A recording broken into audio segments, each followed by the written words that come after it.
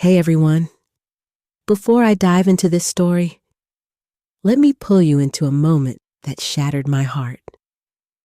For 5 years, I poured my soul into a marriage I thought was a partnership, a shared dance of love and trust. I believed my husband and I were a team, facing every challenge with laughter and strength. Then, one humiliating evening, words from those closest to me cut deeper than any betrayal. What happened next wasn't about proving them wrong. It was about rediscovering my worth, about embracing the woman I am, loud and all. Stick with me, because this story is raw, real, and will hit you right in the soul. Drop a comment to let me know where you're watching from, and don't forget to hit that subscribe button. This one's going to stay with you. My name is Tessa Monroe. I'm 32, a music teacher living in Portland, Oregon, in a craftsman bungalow where the front porch creaks under a cascade of pine needles, their resinous scent mingling with the damp air, and the backyard blooms with roses, their velvety petals of scarlet and blush swaying, dusting the breeze with a sweet, floral hum. I'm not one for shrinking. I find joy in the strum of my guitar, the rustle of sheet music, or the laughter of friends at our monthly jam sessions, the air thick with cider and song. But if there's one thing that's always defined me, it's my zest for life. Growing up in Portland's vibrant embrace, I learned love is bold. Mom's blackberry pie baking, its tart sweetness curling through the house. Dad's folk tunes, his voice a steady pulse like the Willamette River at dusk. That's the spirit I brought to my marriage. And when I met Ryan at 26, I thought he loved it too. Ryan was my harmony, with a grin that sparkled like sunlight on the river and a quiet charm that balanced my fire. We met at a local open mic, the air buzzing with coffee and acoustic chords, bonding over a shared love of Simon and Garfunkel. By our third date, I knew he was my partner. We married a year later, in a rose garden under Mount Hood, vowing to sing through every storm. For 5 years, we built a life, buying our bungalow, hiking Multnomah Falls, dreaming of kids who'd strum guitars in our yard. Every year, we hosted a jam session to mark our anniversary, setting the table with Mom's wooden platters, their grain warm under candlelight, Ryan's banjo weaving with my voice. But last summer, a family gathering broke our rhythm in ways I never expected. Our marriage wasn't flawless, but I thought it was ours. Ryan, a software engineer, worked long hours, his laptop's glow a constant hum. But he'd come home with a kiss that tasted of mint and code, sharing quirky office stories. I kept our life alive, teaching music, the classroom ringing with chords, planning jam sessions, arranging roses in vases, their petals a soft vow. I'd slip lyrics into his briefcase, scribbled with love, and he'd bring me pine cones from hikes, their woody tang a nod to our wedding day. But a year ago, Ryan grew quieter. He'd linger at his desk, his phone buzzing, the air heavy with coffee and tension. "Just work," he'd mutter, his voice flat when I asked about his day. "Chill, Tessa." I tried to. I told myself it was stress. His company was launching a big project. But the distance grew. He'd skip jam sessions, the living room silent without his banjo, and wince when I laughed too loud, his words sharp as the crack of a guitar string. "Tone it down," he'd snap, his voice cutting through the dishwasher's hum. I swallowed my hurt, blaming myself for being too much, and doubled down, polishing Mom's platters, their grains smooth under my fingers, baking cornbread, its golden scent warming the air, hoping to keep us whole. But the rift widened, especially with Ryan's mother, Evelyn, who'd always eyed me like a wrong note in her son's melody. Evelyn was a retired librarian, her voice clipped, her home sterile as a catalog. From the start, she found me excessive. My laugh too boisterous, my teaching too chaotic. "A good wife is refined," she'd say, her tone icy, the air thick with her lavender perfume. I brushed it off, thinking Ryan's love was my shield. But last July, at a family barbecue for Evelyn's 60th birthday, the tension boiled over. I planned the event at our bungalow, hoping to bridge the gap, grilling ribs, their smoky tang curling through the yard, setting tables with Mom's platters, arranging roses, their scent a fragile hope. I invited the family, Evelyn, her sisters, Ryan's cousins, and our friends, Nora, my teaching colleague, and Sam, Ryan's hiking buddy. I wanted this to unite us.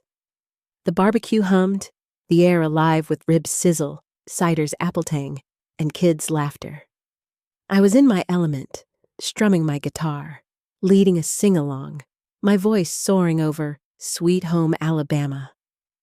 But Evelyn's face tightened, her lips pursed like a sour note.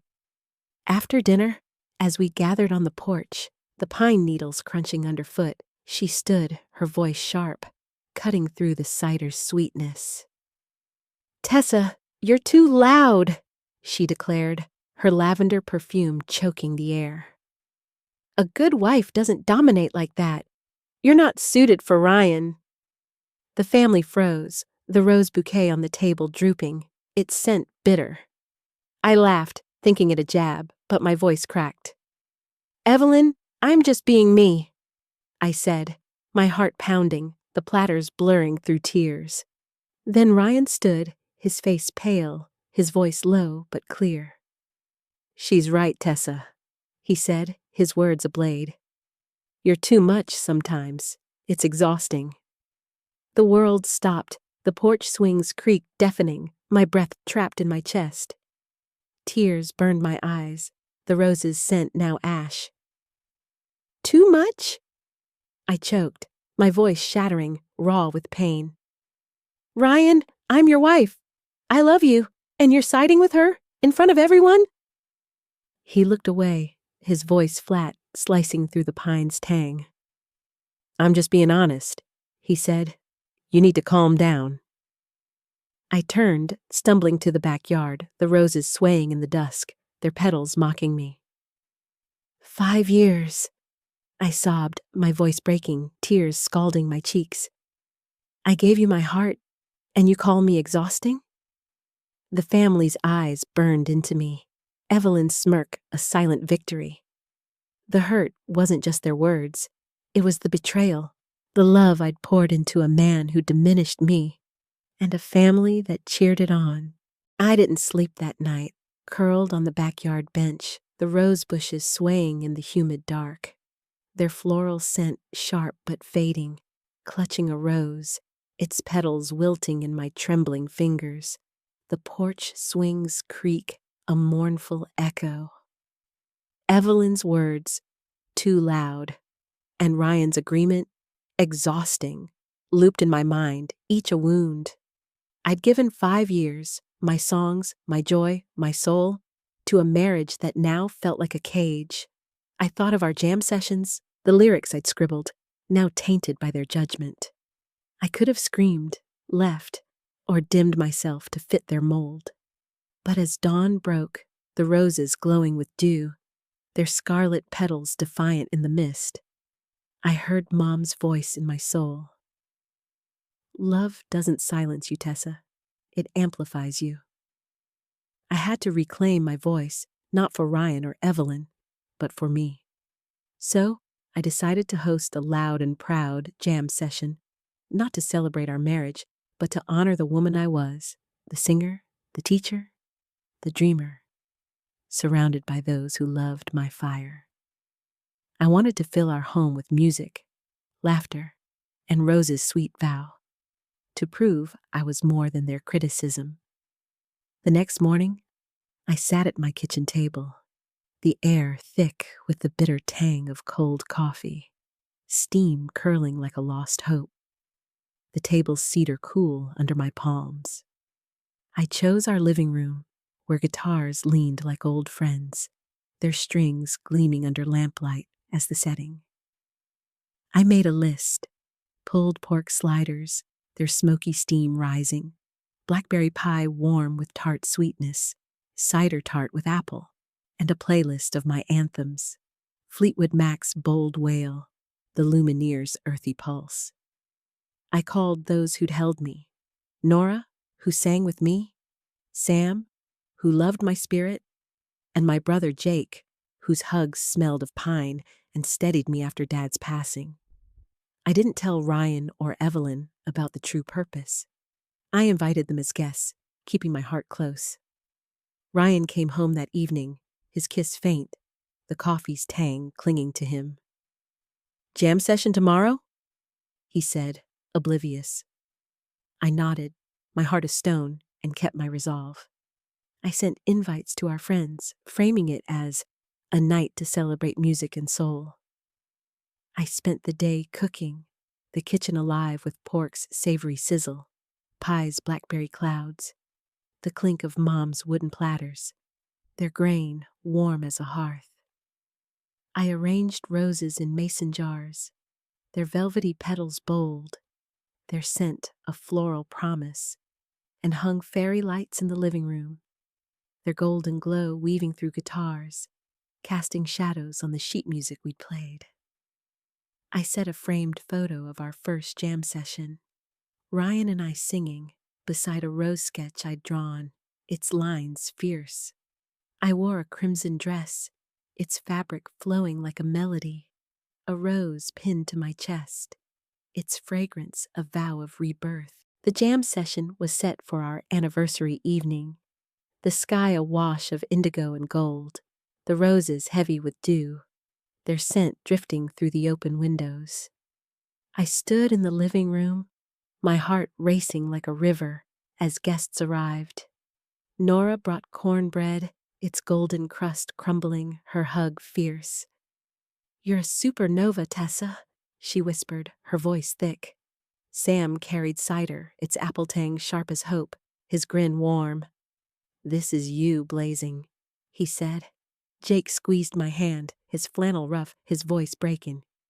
"You're my hero, Tess." Ryan and Evelyn arrived, Ryan's banjo in hand, Evelyn's lavender perfume a cold cloud. "Nice setup," Ryan said, his voice low. I met his gaze, my voice steady, the rose's scent anchoring me. "It's for me, Ryan. Stay or go. It's your choice." The night roared like my heart. We savored sliders, their smoky warmth blooming on our tongues, broke cornbread, its crumbs scattering like gold, and clinked glasses of cider, the apple leaves swirling. We sang Landslide, guitars strumming, voices soaring, the room alive with chords. Friends shared stories, Nora about our classroom duets, kids clapping off key, Sam about my festival gigs, roses in my hair, Jake about our childhood sing-alongs, sneaking pie under Mom's nose. I stood, my voice trembling but fierce, the fairy lights glowing, the roses' scent bold. "Thank you for being here," I said, tears streaming, holding up the jam photo, its frame cool in my hands. Evelyn said I'm too loud to be a good wife, and Ryan agreed, in front of everyone. It broke my heart, but I'm here to celebrate me, the singer, the teacher, the woman who's enough. "You see me, and I'm so grateful," Nora sobbed. "You're our fire, Tessa." Jake cried. "You're unstoppable, sis." Sam added, his voice thick. "You're perfect, loud and all." Ryan's face paled, his banjo silent, his voice raw. "Tessa, I'm so sorry," he choked, tears welling, his hands trembling. "I was wrong to agree with Mom. You're not too loud, you're everything. I've failed you, and I love you." Evelyn's lips tightened, her voice sharp. "I stand by it," she said, her perfume choking. I met Ryan's eyes, my voice breaking, tears scalding my cheeks, the rose's scent sharp. You betrayed me, Ryan. I sobbed, raw. I gave you my song, my soul, and you called me exhausted. I'm here for me now. Friends rallied, Nora's hug fierce, Sam's voice firm. We've got you. As we ended, Ruth's granddaughter Lily ran up, her sneakers scuffing, offering a drawing of me with a rose crown, its scarlet vivid. You're so fun, Miss Tessa, she chirped, her voice bright as dawn. I knelt, tears spilling, the paper crinkling. Thank you, Lily, I choked. I'm trying. I'd done it, reclaimed my voice, my home, my light, under Rose's floral grace. The next morning, Ryan found me in the kitchen, washing Mom's wooden platters, their grain glinting like a warm hearth. The air thick with coffee's roasted warmth, its steam curling like a fragile hope. Tessa, he said, his voice raw, trembling like pine needles in a storm. We need to talk. Last night, you were radiant, unstoppable. I was wrong to side with Mom, to call you too much. I'm so sorry, and I need you. I set down a platter, the rose sprig still pinned to my sweater, its petals curling but fierce, and faced him, my eyes burning. You broke my heart, Ryan, I sobbed, my voice shattering, tears scalding my cheeks, the coffee's bitterness sharp. I gave you 5 years, my songs, my laughter, my everything, and you agreed I'm not enough in front of your family. How could you stand there and diminish me? He sank into a chair, his face crumpling, tears dripping like dew on rose petals, his coater's hands trembling. I know, he cried, his voice breaking, raw as a fresh wound. I was weak, scared of Mom's judgment, and I failed you. You're not too loud. You're my joy, my home. I love you, Tessa, and I've hurt you. I gripped the table, the platter's warm grain steadying me, my heart torn but firm. Love doesn't shame, I choked, tears streaming, my voice raw, the rose's scent a lifeline. You didn't just agree. You broke our trust, our song. I carried us, and you let me feel small. I had to learn I'm enough without you. He reached for my hand, his fingers shaking, his voice desperate, pleading, thick with pain. I see you now, he sobbed, his words heavy. You're incredible, Tessa, the strongest woman I know. I don't deserve you, but I want to fix this. Therapy, honesty, standing up to Mom. Please, don't let me lose you. I pulled back, the rose's scent bold, my heart aching but steady. I don't know if I can trust you, I said, my voice cracking, tears warm. You broke our partnership, Ryan, the life we built. I'm not the Tessa who sang for you. I'm choosing me, my voice, my joy. His shoulders shook, his voice a whisper, raw and broken. You're right, he said, tears falling. You're a light I dimmed. I'll fight for you if you'll let me. I love you. I thought of Lily's drawing, the roses in my yard, their scarlet petals unyielding and softened, but my resolve held. If we try, it's slow, I said, my voice steady, the platters cool under my fingers. Therapy, truth, no more silence, but I'm not waiting for you to save me. I'm living, Ryan, for me. He nodded, his eyes desperate but grateful, his voice choked. I'll do the work, he said, fragile but hopeful. Thank you, Tessa. Over the next weeks, my community held me close. Nora texted, You are a goddess, Tessa. That jam session was fire. Jake sent a playlist of my songs, writing, You're a force, sis. Sam called, his voice thick, saying, You showed us courage, loud, radiant. Each message was a spark, rekindling my heart. Ryan started therapy, confronting Evelyn, his banjo softer, but I kept my distance, needing space to bloom. I joined a women's choir, my voice soaring, the air sharp with harmony and possibility. my heart finding its rhythm. Lily's drawing stayed on my fridge, its crayon roses a beacon of my light. 4 months later, Ryan asked to meet. We sat at a cafe, the air heavy with espresso's roasted tang and the crackle of fresh croissants, steam swirling from our mugs like whispered hopes, the rose pin on my jacket glinting under the morning's golden light. He looked worn but clear, like a trail swept clean by wind. "Tessa," he said, his voice thick, trembling like rose petals in a breeze. "Therapy's been brutal, but it's showing me why I failed you. I was scared of Mom's control, weak, and I hurt you, the woman I love most.